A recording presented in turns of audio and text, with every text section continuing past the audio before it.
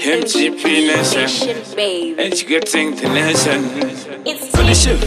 Sirajizunda uyanira kanaka Vangu utirima kunarima rinobaka Hakuna nyobe inoita sadaka Nenge ukadizira mwari makanaka Ndati nyika tizutino vaka ngati vake nyika Vakuvana minda ngati rime minda Tarima kotoni ngati gadziri ishinda Tumira kuramba vakadzi vane mimba Vakabudirira vakashanda nesimba Kati bataneyi mwana wemuzimba Tanyora dzamba kusanganisa nemarimba Ene mandiro inepote kwa zimba Mechiwoko muhumwe vosungwa Mehuman trafficking votongwa Drug section votongwa Mema substance Obatwa don't drink and drive This is to save a life Men do the right thing I know it's not easy but you have to strive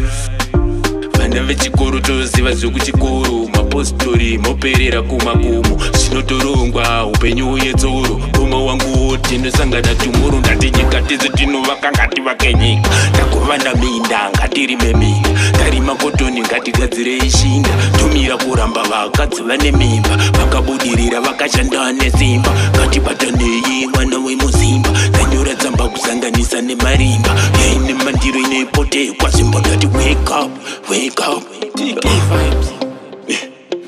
Brother wake up Maitamo wake up Yo Andriano wake up Wake up Tola Fox wake up Take level wake up Oflex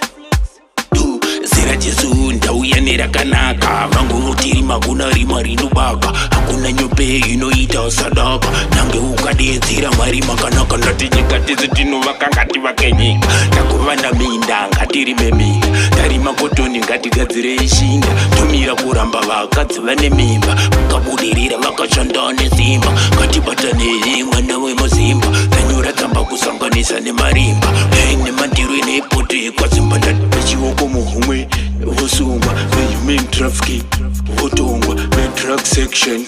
votongwa Mema substance Obatwa don't drink and drive This is to save a life Men do the right thing I know it's not easy but you have to strive Vana vechikoro toziva zvekuchikoro Mapostori moperera kumakumo Zvinotorongwa upenyu uyedzoro Roma wangu wote ndosangana tumoro Ndati nyika tizo tinovaka ngati vake nyika Takuvanda minda ngati rime minda Tarima kotoni ngati gadzire ishinda Tumira kuramba vakadzi vane mimba Vakabudirira vakashanda nesimba Ngati bataneyi mwana wemuzimba Tanyora dzamba kusanganisa nemarimba Yaine mandiro inepote kwa zimba Ndati wake up